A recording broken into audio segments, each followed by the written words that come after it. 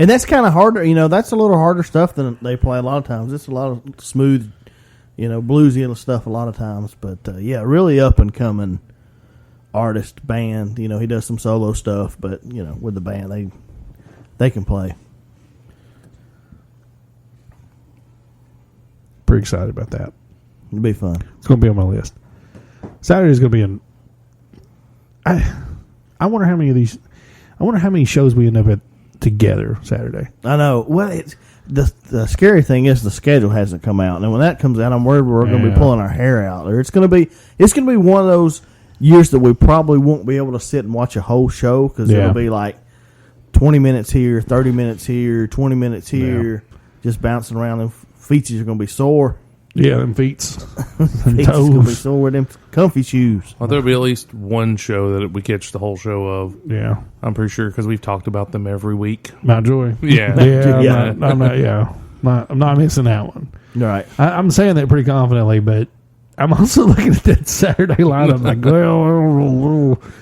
oh, man. So also on Saturday, just kind of on my list, along with the Marcus King Band, obviously Mount Joy, Tenacious D, Jason Isbell, King Gizzard, and the Lizard Wizard. It's on my list. I want to see what Lizzo brings to the stage. Oh, yeah. She's going to bring it all to the stage. Every bit of it. I love some Lizzo. And then there will be less on the stage when she gets out there than there was when she came out. And something else the world's going to need after this virus runs its course is some Lizzo. Some positivity and some Lizzo.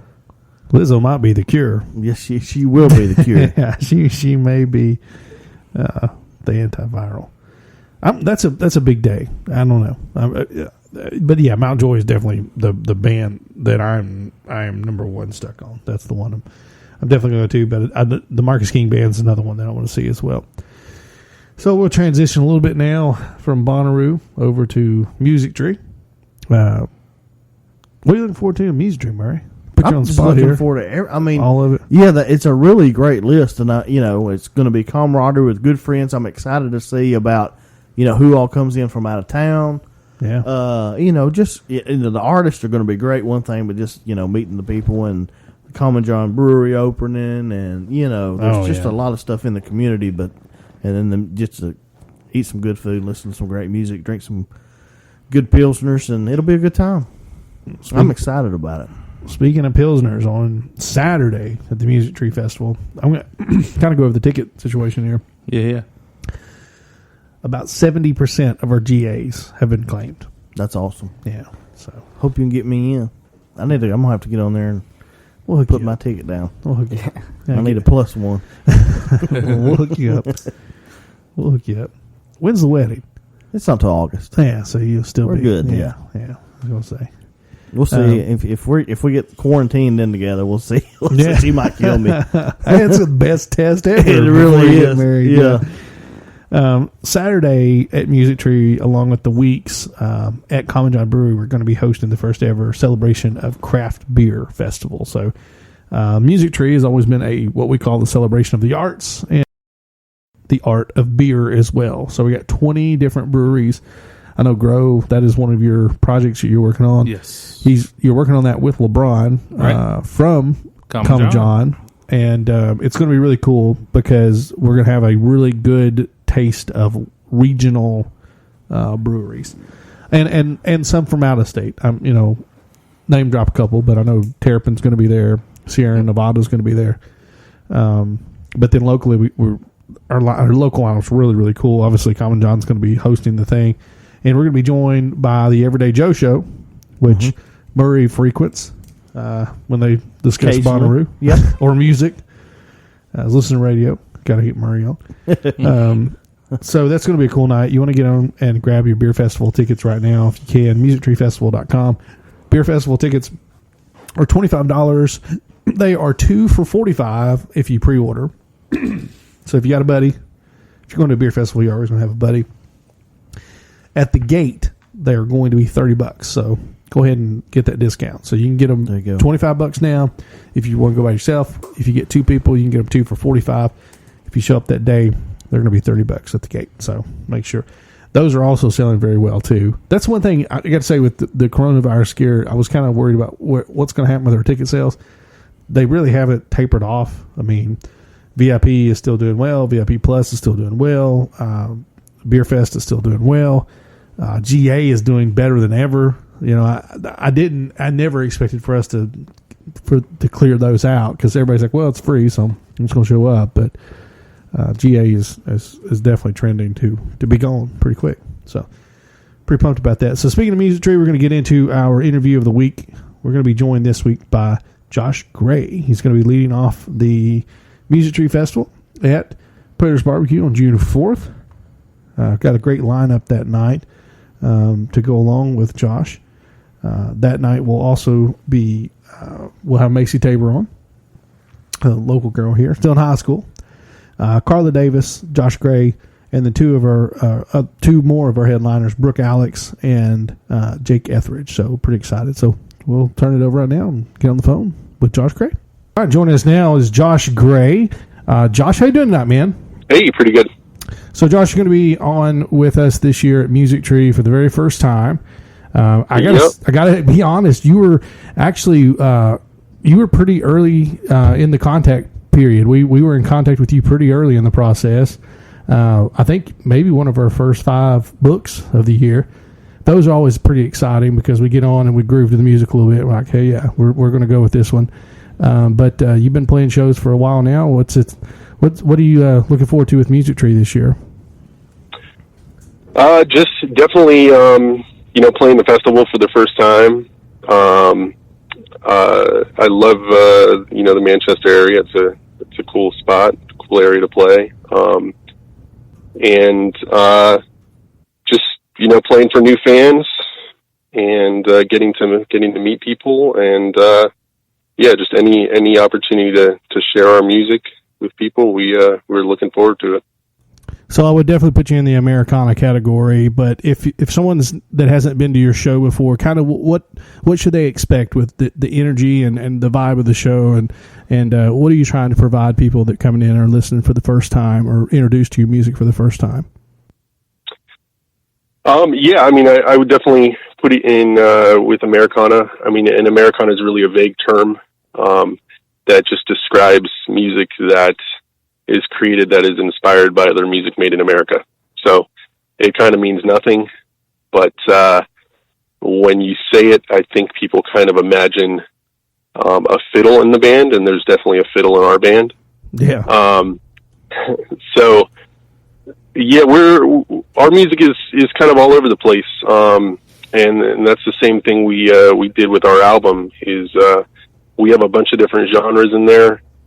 As far as, we have songs that are more rock. We have songs that are more like Texas country, songs that are more folk. It's all over the place.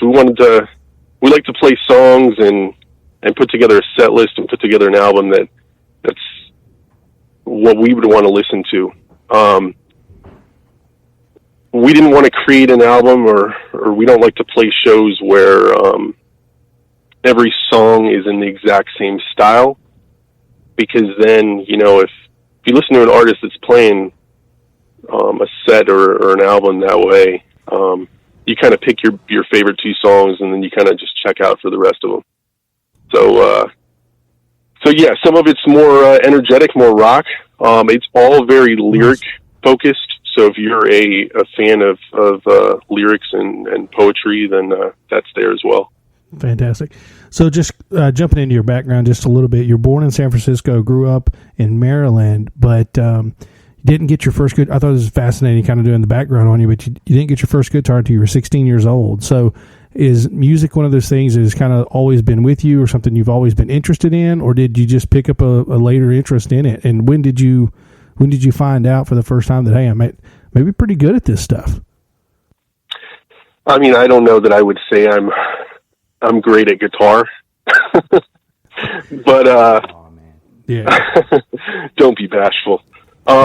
Yeah, but I've always loved music. I don't know that early on I had an aspiration to play music, but I definitely wanted that guitar when I was 16. When I was in high school, I was listening to a lot of punk music, and I was attracted to music where people were kind of speaking out about different things, speaking their mind, you know.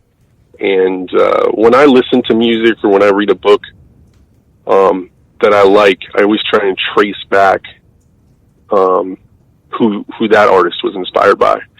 So listening to punk and the history of people speaking out kind of took me back to like civil rights era folk music, like Dylan and you know, Phil Oakes and guys like that, and then further back into blues as well.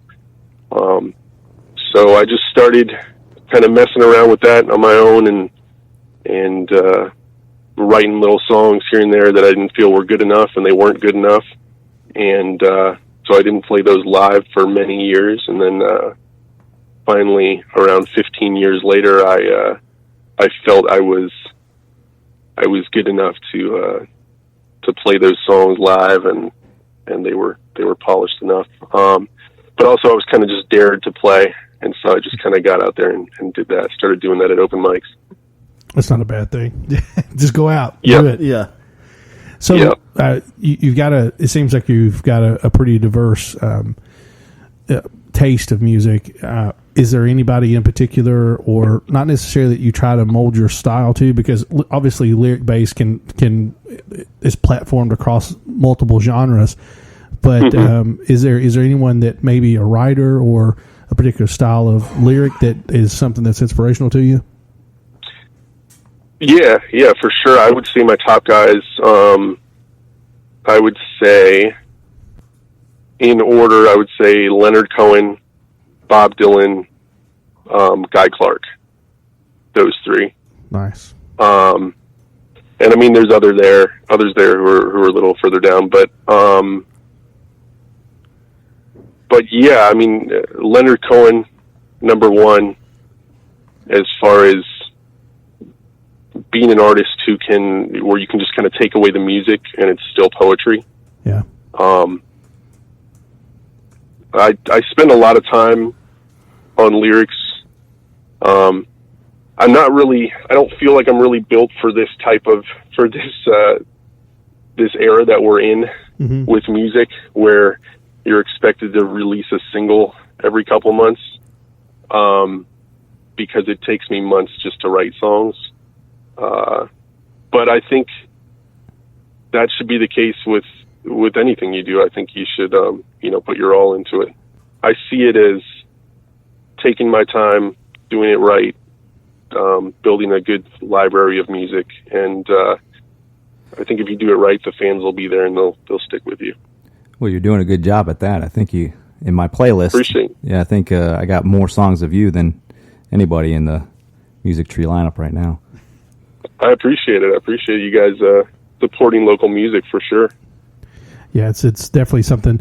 And, I would be remiss without saying, obviously, we're kind of in unprecedented times, and right now we are, we're trying to rally everybody around, particularly the MusicTree artists that we've got booked out. But I know you guys I know musicians are losing gigs right now and things like that to cancellations. So if you're listening to this, make sure you jump over to MusicTreeFestival.com and check out these profiles and jump in there and explore some of this music, because it's fantastic. And hopefully by June we'll be able to rock and roll. I'm hoping, yeah, if everyone follows directions. Exactly. Yeah. Wash your hands, please. Maybe now is not the time to hang out down on Broadway and packed in like a sardine at a bar. Yeah. But we'll see. Right. So have you put any thought into, and the only reason I'm asking is because I've seen a few different artists. Have you put any thought into just kind of being able to, perform for people and keep your stuff out there? Have you put any thought into, going onto social media and setting up, small live performances there? Yeah, I've definitely thought about that. I'm not hurting as bad as a lot of friends that I know. I'm not at the stage right now where I've given up my day job yet, and I'm lucky enough to work from home. So I'm still working. Awesome. while other people are off work. So